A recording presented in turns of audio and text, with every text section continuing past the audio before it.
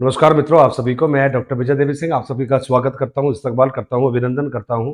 उम्मीद है आप सभी के हालचाल अच्छे होंगे। आज हम बात करेंगे साइकोलॉजी के बारे में, जो कि महत्वपूर्ण सब्जेक्ट बनकर उभरा है राजस्थान में शिक्षक भर्ती परीक्षाओं के क्षेत्र में। आइए देखते हैं कि इस सब्जेक्ट को किस तरह से हमें किस लेवल पर पढ़ना चाहिए। तो सबसे पहले तो भाई ये जानना जरूरी है कि अब जो 3 एग्जाम आपकी होने वाली है, और 3 एग्जाम का मतलब है, चाहे आप लोग बात करिएगा थर्ड ग्रेड की बात करिएगा, चाहे सेकंड ग्रेड की बात करिएगा, चाहे आप ग्रेड फर्स्ट की बात करिएगा। अब मित्रों, यदि कोई हमसे कहे कि सर को कैसे आपको पढ़ना है, तो भाई देखिएगा, सबसे पहला जो जवाब आपको देना है, तो अभी रिसेंटली जो एग्जाम होने वाली है ये आपकी रहेगी। देखो भाई, फर्स्ट ग्रेड की एग्जाम आपकी होगी। और यदि फर्स्ट ग्रेड की हम बात करें, और उसके बाद में यदि हम बात करते हैं सेकंड ग्रेड के बारे में, क्योंकि जो एग्जाम है भाई उनका जो पैटर्न डेट वाइज है वो कुछ इस तरह से रहने वाला है। और यदि हम बात करें, जी हाँ, ग्रेड थर्ड ग्रेड की बात करें या ग्रेड थर्ड की बात करें मित्रों, तो इसमें देखो भाई, फर्स्ट ग्रेड में यदि आप बात करोगे तो यहाँ पर आपको 30 क्वेश्चंस आपको देखने को मिलने वाले हैं। और आप सभी को मालूम है, ये जो 30 प्रश्न रहेंगे ये आप लोगों के लिए बहुत महत्वपूर्ण साबित होने वाले हैं। उसके बाद में यदि हम बात करते हैं मित्रों, आपका ग्रेड सेकंड के बारे में बात करें, तो भाई यहाँ पर आपको 20 क्वेश्चंस मिलने वाले हैं। ये आपने सेकंड ग्रेड का भी देखा है। और थर्ड ग्रेड का यदि हम देखें, तो भाई देखो, यहाँ पर आपके 20 क्वेश्चंस जो रहेंगे ये आपको देखने को मिलना है। अब इसमें भी यदि हम बात करें, तो भाई देखिएगा, यहाँ पर ये 60 नंबर की बनने वाली है, ये आपको देखना है। यहाँ पर आप देखोगे तो आपके 40 नंबर की बनने वाली है। और यहाँ पर यदि आप देखोगे तो आपका 20 मार्क्स का ये टोटल वेटेज आपका रहने वाला है। अब उसमें हम थोड़ा सा यदि आगे बढ़े, और थोड़ा सा आगे बढ़ने के बाद में मित्रों बात करें कि भाई ऐसा कौन सा टॉपिक है जो आपको सभी एग्जाम में मदद करने वाला है, तो भाई देखिएगा, ये टॉपिक है जिसको हम केवल मनोविज्ञान के नाम से जान सकते हैं या बता सकते हैं कि भाई आखिर हम मनोविज्ञान किसे कहते हैं। तो कई बार क्या होता है भाई, बेसिक जो क्वेश्चंस है इस मनोविज्ञान के बारे में पूछे जाते रहे हैं। अब आपने कहा सर जैसे कि एग्जाम्पल के लिए, तो भाई देखो, सबसे पहले तो हमें ये जानना जरूरी है कि जिस सब्जेक्ट को हम मनोविज्ञान के रूप में देखते हैं, इस मनोविज्ञान की जननी स्थल, जननी स्थल का मतलब है भाई कौन सी जगह पर, कौन से देश में इस सब्जेक्ट का जन्म हुआ है। और दूसरा जो रहेगा, कहते हैं साहब जनक जो है इसके कौन रहे हैं। तो अब ये दोनों जो प्रश्न रहेंगे मित्रों, इनको थोड़ा सावधानी से देखोगे तो आपको समझ में आएगा। तो एग्जाम्पल के लिए कहा भाई देखो, इनको ग्रीक कहिएगा, और ग्रीक के साथ साथ यदि आप यूनान भी कहोगे मित्रों, तो यूनान जो देश है वो इसकी जननी मानी जाती है, क्योंकि इस जगह पर इस सब्जेक्ट का जन्म हुआ है। और दूसरा जनक यदि पूछोगे, तो भाई देखो, आप चाहो तो यूनानी विद्वान, यूनानी दार्शनिक, इसका जन्म देने में जो विद्वान है उनका योगदान माना जाता रहा है, क्योंकि अक्सर इन दोनों शब्दों पर चर्चा परीक्षा में हुई है, वो आपको ध्यान रखना है। अब यहां से यदि हम थोड़ा सा पॉइंट टू पॉइंट यदि बातें स्टार्ट करें, तो भाई देखिएगा, जब भी आपसे पूछेगा साइकोलॉजी के बारे में पूछेगा, तो भाई देखिएगा, इसमें आपको सबसे पहले ये ध्यान रखना है कि साइकोलॉजी जो शब्द है, इस शब्द का प्रयोग सबसे पहले एक विद्वान ने किया है। ध्यान रखना, साइकोलॉजी शब्द का प्रयोग, क्योंकि ये छोटे प्रश्न है लेकिन बड़े किफायती सिद्ध होते हैं। शब्द का प्रयोग सर्वप्रथम रुडोल्फ गोएकल, एक विद्वान है भाई, उसके द्वारा किया गया है सर्वप्रथम।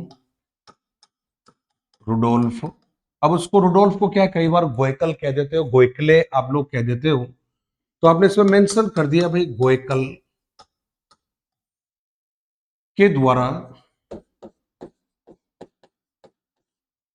1590, जी हाँ, टू आपने कह दिया है, क्योंकि ये काफी इंपॉर्टेंट आपके लिए वर्ष बनता है जो आप लोगों को ध्यान में रखना है। अब इसमें क्या है भाई, कई बार आपको 1592 भी मिलेगा, और मित्रों कई बार ऐसा होगा केवल आपको 1590 भी मिलता है। तो ये 1590 जो है वो ज्यादा किफायती माना जाएगा। तो आपने कहा 1592 में अपनी पुस्तक, इन्होंने क्या एक किताब भी लिखी है, तो आपने लिख दिया कि अपनी पुस्तक जिसका नाम है साइकोलॉजी या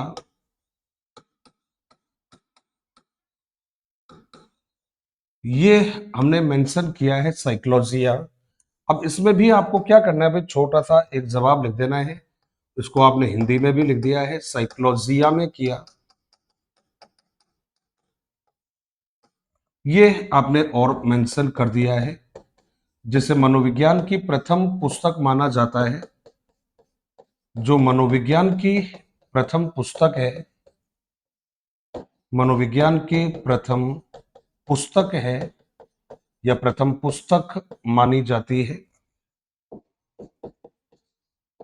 ये मित्रों छोटी छोटी बातें हैं जो आपको ध्यान में रखनी है। हमेशा इंपॉर्टेंट बातें हैं, ऐसी बातें आपके लिए काफी किफायती सिद्ध होती है। अब यहां से हम थोड़ा सा आगे बढ़ते हैं और एक बात जान लेते हैं कि भाई मनोविज्ञान के विकास के कुछ चरण होते हैं। मनोविज्ञान के विकास के चरण ये हमें जानना है। अब जब आप मनोविज्ञान के विकास के चरण जानोगे तो मित्रों इससे पहले एक छोटी सी बात हमेशा दिमाग में बिठा के रखना, क्योंकि शब्द आता है हमारे यहाँ साइकोलॉजी, और ये जो साइकोलॉजी शब्द है इसके बारे में भाई ये मान्यता बनी है कि ये दो शब्दों से मिलकर बना है। अब आपने कहा सर दो शब्द कौन से हैं, तो एक जो शब्द आपने बताया वो आपका रहेगा साइकी,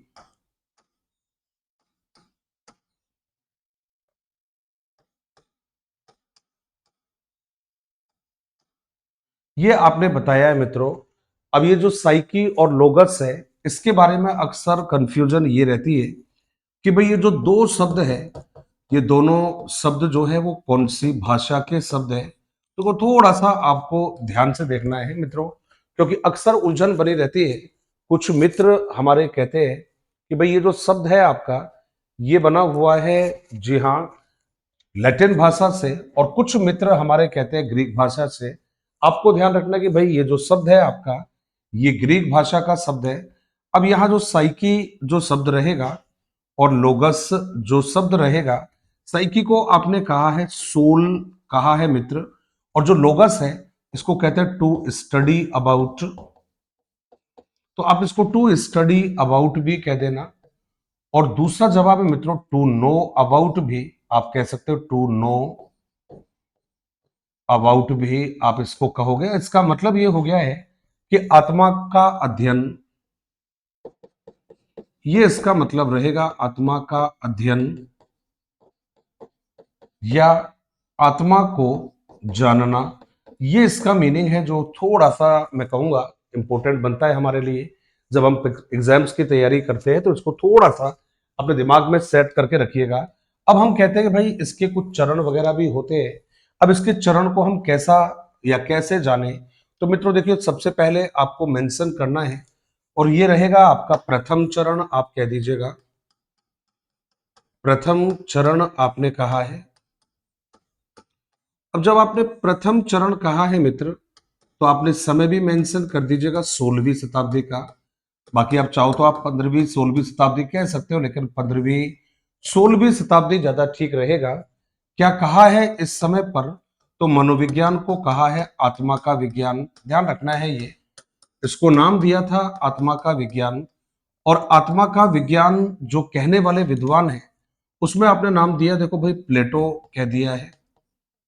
प्लेटो कहने के बाद में अरस्तु आपने कहा है, और अरस्तु कहने के बाद में आपने देकार्ते कहा है। अब मित्रों हम सभी को मालूम है आत्मा का कोई अस्तित्व नहीं होता, आत्मा देखी नहीं जा सकती। फिल्मों में आत्मा को देख सकते हैं, राम गोपाल वर्मा दिखा सकता है। इसके अलावा आपको ध्यान है विपाशा बसु को भी आत्मा दिखती है, केवल फिल्मों में पॉसिबल है।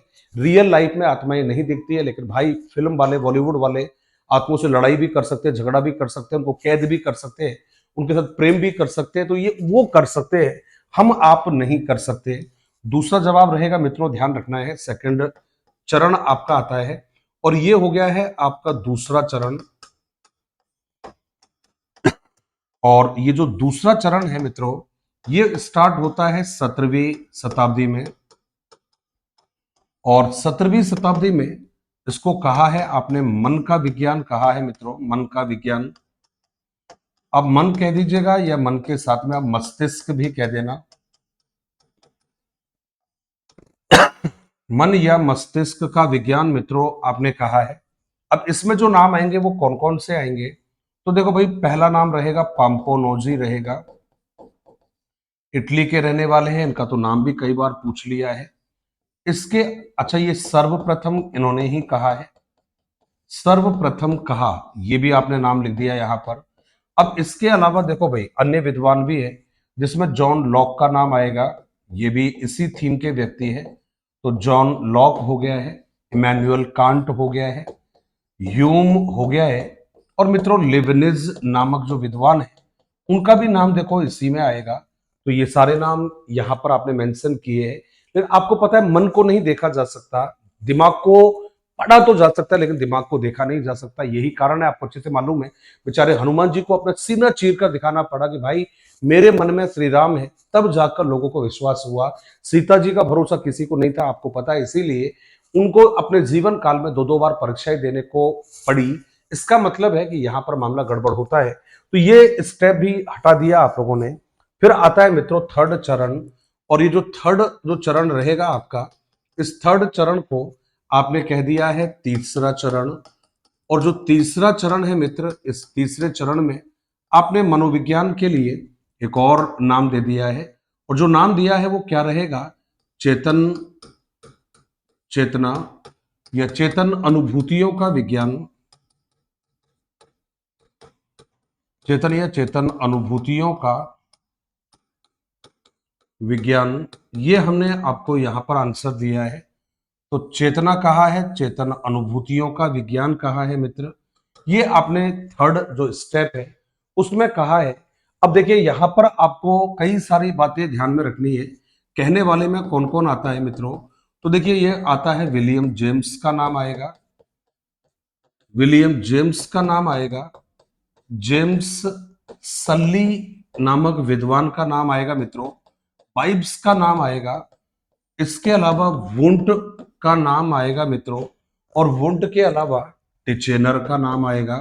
अब ये जो चीजें हैं थोड़ी सी हमारे लिए इंपॉर्टेंट है, तो आप जल्दी से इनको एक बार नोट कर लीजिएगा, क्योंकि यहां से कई बार आपके जो प्रश्न है, ये प्रश्न आपसे पूछे जाते रहे हैं। हम लौटेंगे जल्दी से अगला जो जवाब है उसकी तरफ, और इनको जल्दी से आप नोट करके ही मेंशन करोगे, क्योंकि ये जो समय है आपका, ये 19वीं शताब्दी का समय माना जाता है। अब इसमें हम लोगों ने क्या किया भाई, ये बातें हुई है। अब इसमें क्या ध्यान रखिएगा, कुछ बातें हैं नोट करके। अब नोट करने वाली बातें कौन कौन सी है मित्रों, पहला जवाब रहेगा कि भाई मनोविज्ञान को चेतना का विज्ञान, मनोविज्ञान को चेतना का विज्ञान संरचनावादी संप्रदाय में संबोधित किया है। कौन से संप्रदाय में किया है, तो आपने कहा भाई संरचनावाद या संरचनावादी संप्रदाय में संबोधित किया है। तो यहां से थोड़ा सा क्या फैक्ट स्टार्ट होते हैं, और वो क्या रहेगा मित्रों, ध्यान रखिएगा, ये हो गया है। अब दूसरा जवाब रहेगा कि भाई संरचनावाद आया है बीच में, तो ये संरचनावाद क्या है मित्र, तो ध्यान रखना, जब संरचनावाद आएगा तो यहां पर आपको सबसे पहले ध्यान रखना है, कहते साहब मनोविज्ञान का प्रथम क्रमबद्ध लिखना है आपको, मनोविज्ञान का प्रथम क्रमबद्ध एवं सुव्यवस्थित, ये आपने कहा है सुव्यवस्थित संप्रदाय है,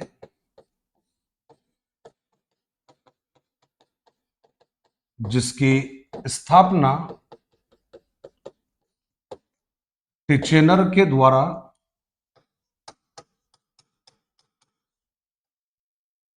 टिचेनर के द्वारा अमेरिका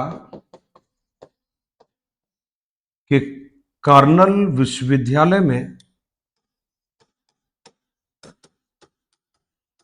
अमेरिका के कार्नल विश्वविद्यालय में अभी थोड़ा सा काम करना है आपको, और थोड़ा या छोटा सा काम क्या करना है, जल्दी से इसको एक बार स्क्रीनशॉट आप लेके रखिए ताकि हम जल्दी से आगे बढ़ सके, क्योंकि महत्वपूर्ण मामला है ये। और इस तरह के जो प्रश्न है ये पूछे जाते हैं। अब यदि ईयर पूछेगा तो वो भी हम बता सकते हैं कब किया गया।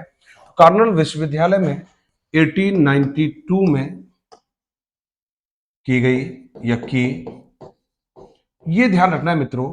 अब यहां पर हम छोटी छोटी कुछ बातें आपको जाननी है। कौन सी वाली? क्योंकि ये विवाद रहता है, ध्यान रखना है। ये कुछ लोग कहते हैं कि भाई वुंट ने इसकी स्थापना की है, ध्यान रखना है टिचेनर ने इसकी स्थापना की है। अगला जो जवाब है वो आपको ध्यान में रखना है, क्या रहेगा? कहते हैं साहब संरचनावादियों ने। अब संरचनावादियों में कौन कौन नाम आएगा? संरचनावादियों में मित्रों नाम आता है आपका, एक नाम आएगा विलियम वुंट आएगा, और विलियम वुंट के अलावा दूसरा नाम आएगा टिचेनर नाम आएगा। ध्यान रखना है इस बात को, विलियम वुंट और टिचेनर ने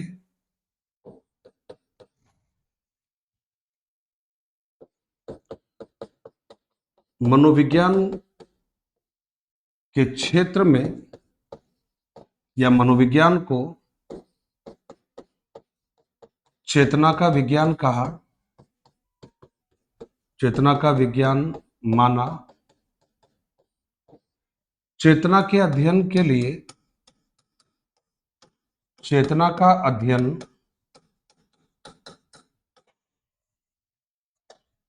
अंतः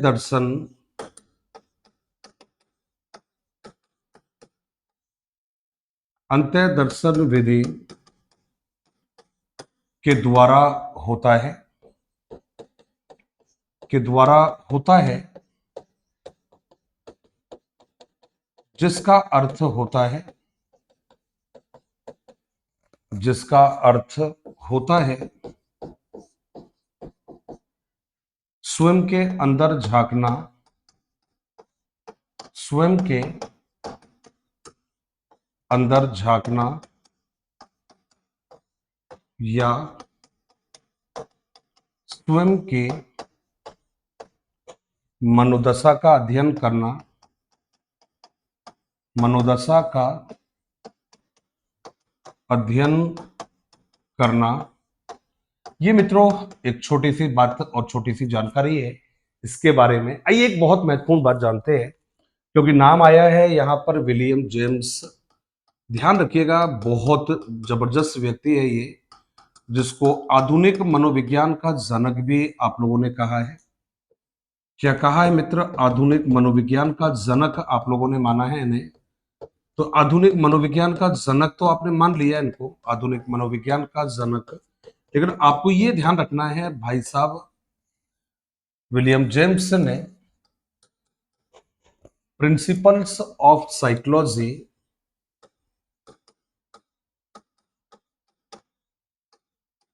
प्रिंसिपल्स ऑफ साइकोलॉजी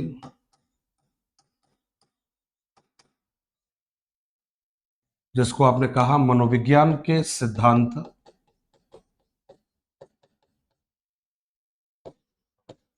मनोविज्ञान के सिद्धांत नामक पुस्तक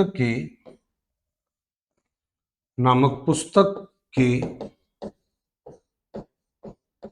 रचना की, जिसे मनोविज्ञान का आधार ग्रंथ कहा जाता है, जिसे मनोविज्ञान का आधार ग्रंथ माना जाता है, आधार ग्रंथ माना जाता है। और मित्रों लास्ट जो इसमें नाम रहेगा, चौथा चरण जो रहेगा, उस चौथे चरण को आपने नाम दे दिया है। और देखो ये इस तरह से आपने कह दिया है चतुर्थ चरण। और चतुर्थ जो चरण है आपका, इसको आपने दे दिया है व्यवहार का विज्ञान, आपने कहा है।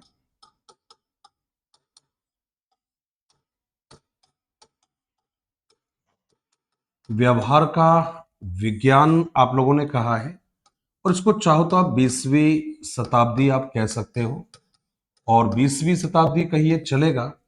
और वर्तमान कहोगे मित्रों तो भी चलेगा। तो अब आपको क्या करना है भाई, इसमें ये बताना है कि कौन कौन से विद्वानों के नाम आता है।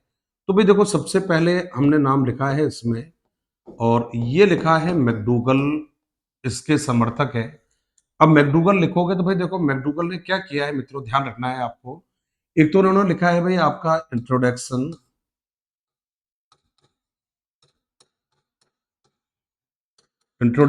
ऑफ सोशल साइकोलॉजी,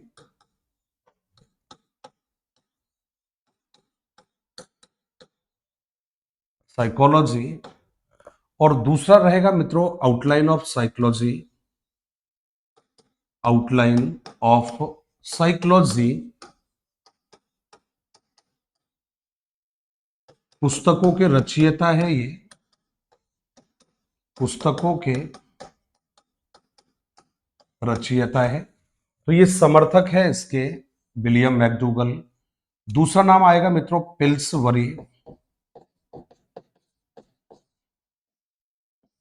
पिल्सवरी ने लिखा है आपका एलिमेंट्स ऑफ साइकोलॉजी,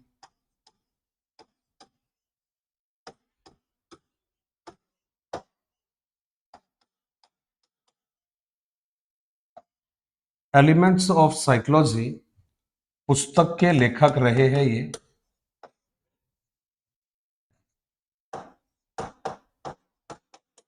ये समर्थक है मेरे मित्रों, यहां पर मैं बिल्कुल मेंशन कर रहा हूं। इस विचारधारा के जो समर्थक है उसमें नाम आ रहा है आपका मैकडूगल का, नाम आ रहा है पिल्सवरी का, थर्ड हमने नाम लिखा है, और ये नाम लिख दिया है आप लोगों ने वुडवर्थ। कमाल का व्यक्ति है, कई दफा एग्जाम में आ रखा है। कहते साहब मनोविज्ञान ने सर्वप्रथम अपनी आत्मा को छोड़ा, मनोविज्ञान ने सर्वप्रथम अपनी आत्मा को छोड़ा। जो कथन है वो इन्हीं का है। अब आत्मा को छोड़ना बड़ा मुश्किल है, लेकिन उन्होंने छोड़ दिया है भाई। मन को त्यागा, जो भी बड़ा बड़ा मुश्किल होता है, तथा अंत में व्यवहार को धारण किया है, व्यवहार को धारण किया। तो ये देखो भाई, इसके बारे में कहा है वुडवर्थ का, ये कोटेशन बड़ा महत्वपूर्ण माना जाता है। और लास्ट मित्रों इतना ही ध्यान रखना है आप लोगों को, फोर्थ जो नंबर रहेगा उस पर नाम आता है वॉटसन। और देखो भाई, यही वो बंदा है जिसको व्यवहारवाद का जनक माना जाता है। तो भाई ये तो है व्यवहारवाद का जनक माना गया है इसको।